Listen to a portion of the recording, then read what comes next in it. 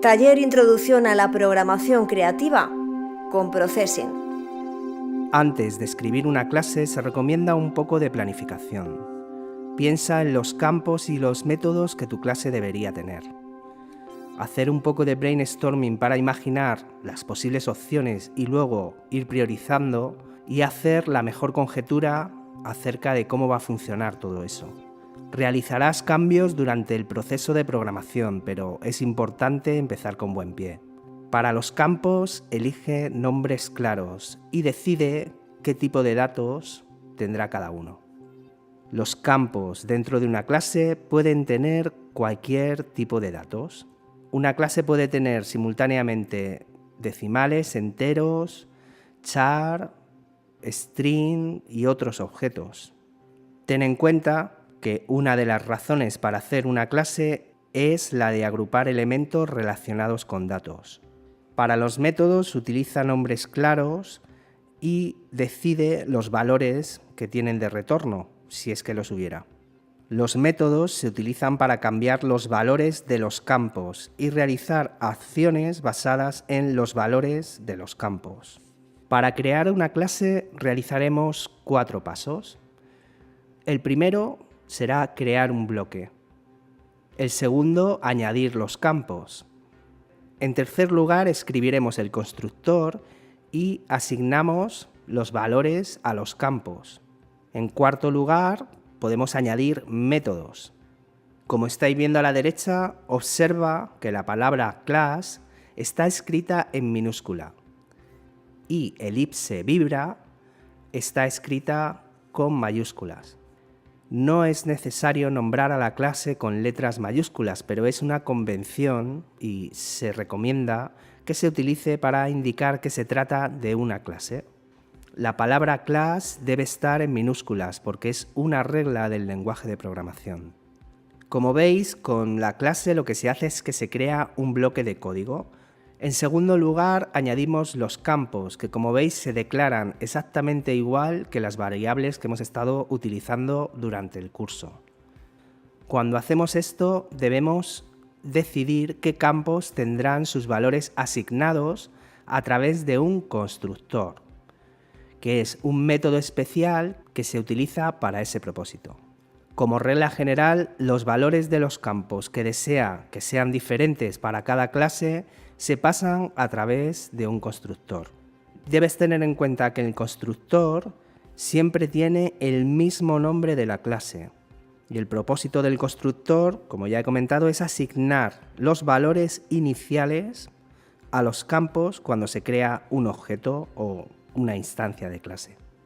Como veis, dentro del ellipse vibra, lo que hacemos con esos argumentos es crear como una variable temporal que se asigna luego al campo que hemos creado arriba. De esa manera atravesamos la clase y cuando creamos un objeto, esos parámetros los podemos asignar cuando estemos trabajando ya con el objeto real. Lo vais a entender enseguida.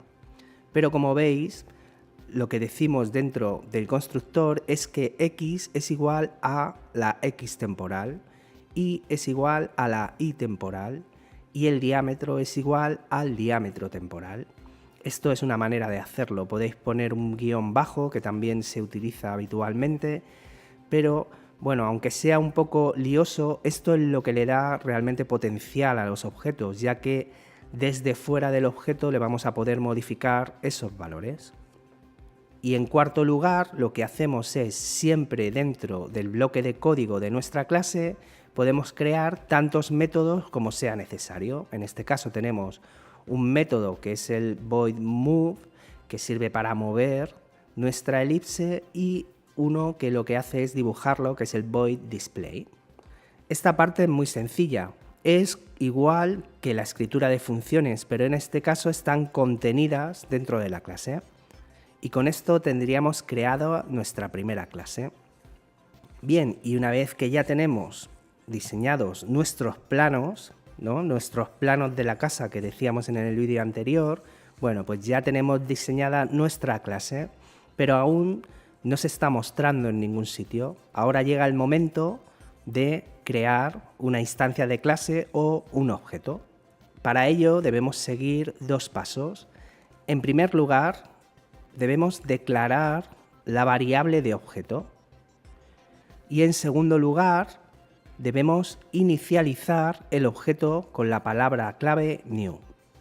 Para que lo entendáis bien, cada clase en realidad es un tipo de datos y cada objeto es una variable. Declaramos variables de objetos de forma similar a las variables de los tipos de datos primitivos como son boolean, enteros, decimales, etc.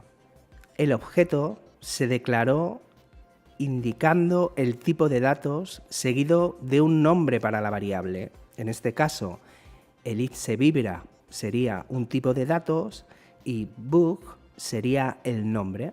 El segundo paso, como ya hemos comentado, es inicializar el objeto con la palabra clave new. Esto lo que hace es crear un espacio para el objeto en la memoria y crear los campos. El nombre del constructor se escribe a la derecha de la palabra clave new, seguido por los parámetros que tenga el constructor, si es que procede.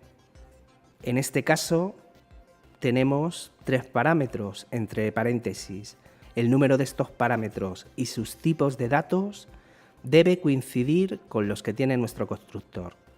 Vamos a ver toda esta teoría con un ejemplo práctico.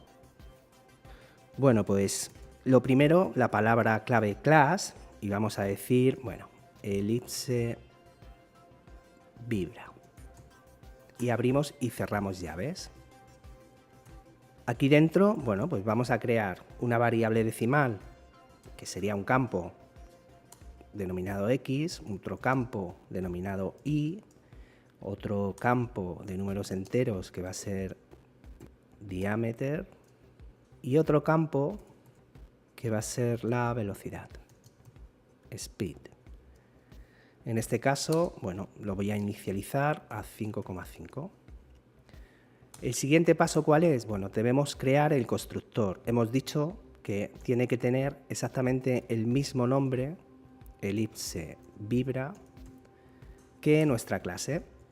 Y aquí dentro, bueno, pues vamos a crear un temporal x, un temporal y, una de números enteros que sea un temporal diameter.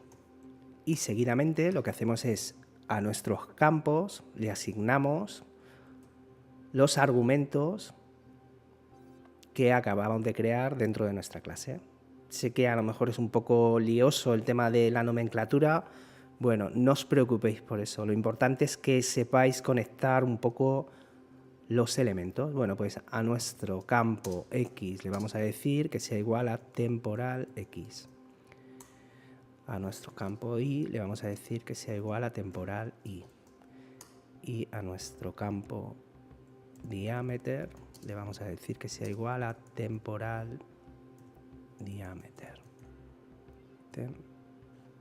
Diameter. A ver. He puesto un enter aquí. Vale. Temporal diameter.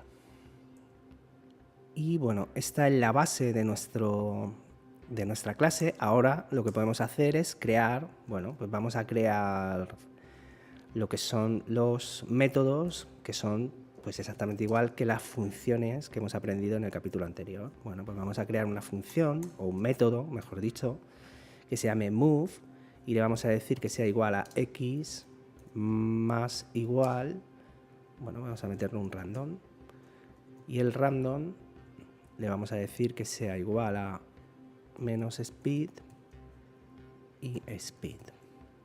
Y en el eje Y, bueno, vamos a decirle que sea igual a random menos speed y speed.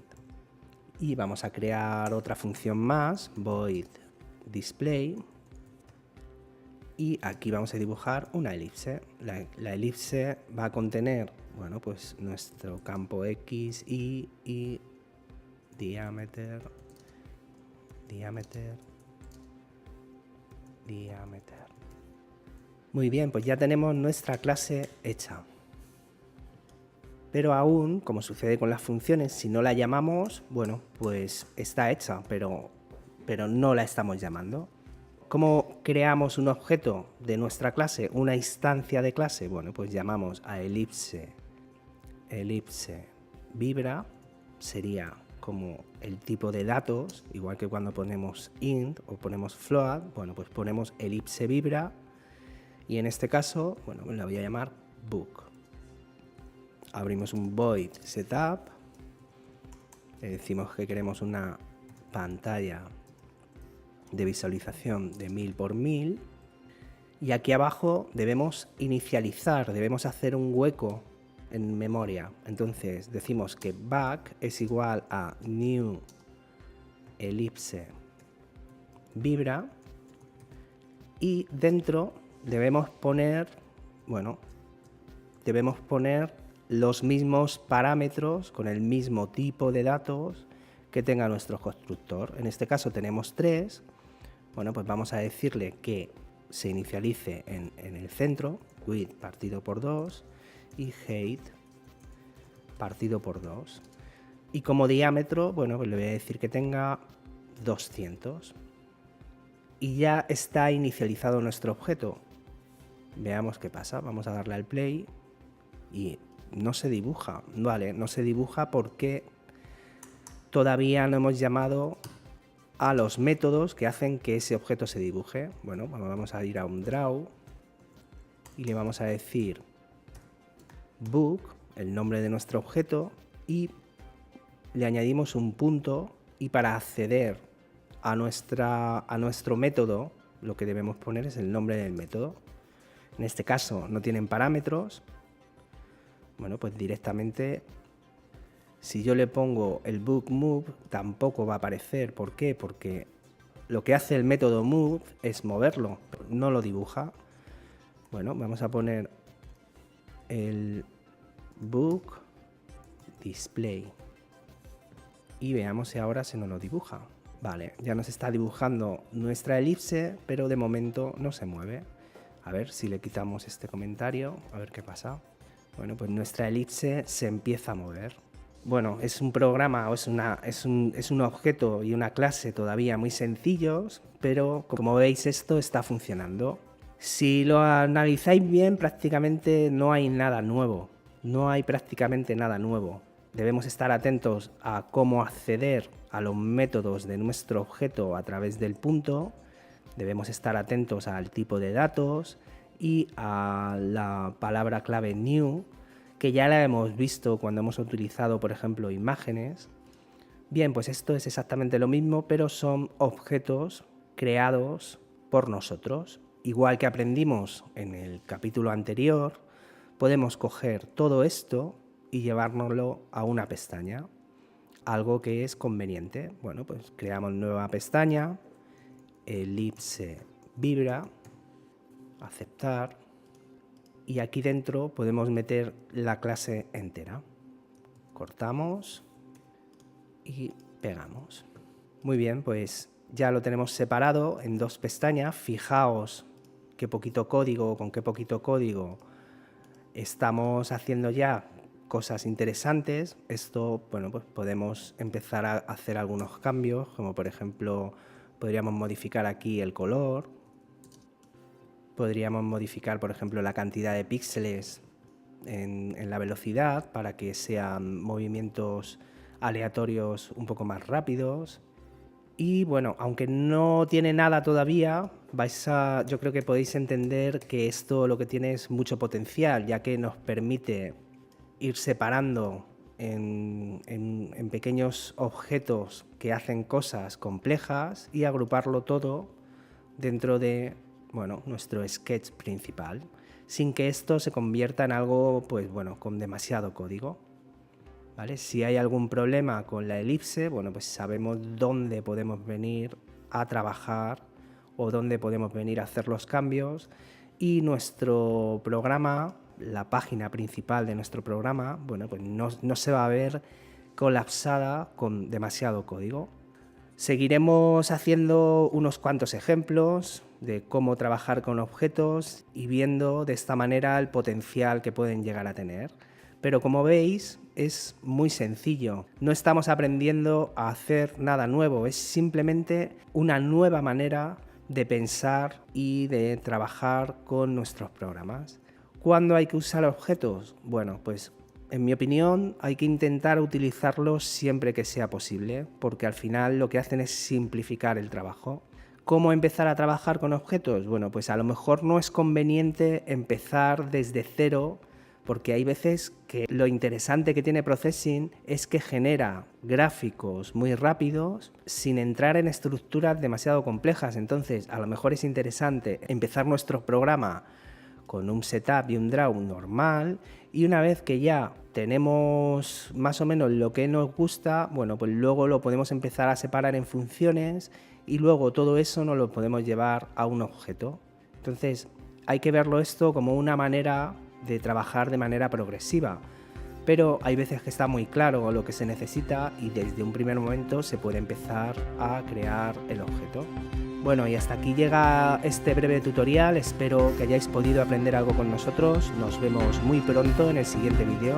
Muchas gracias y hasta luego. A-Room, Escuela de Nuevas Tecnologías para Mentes Creativas.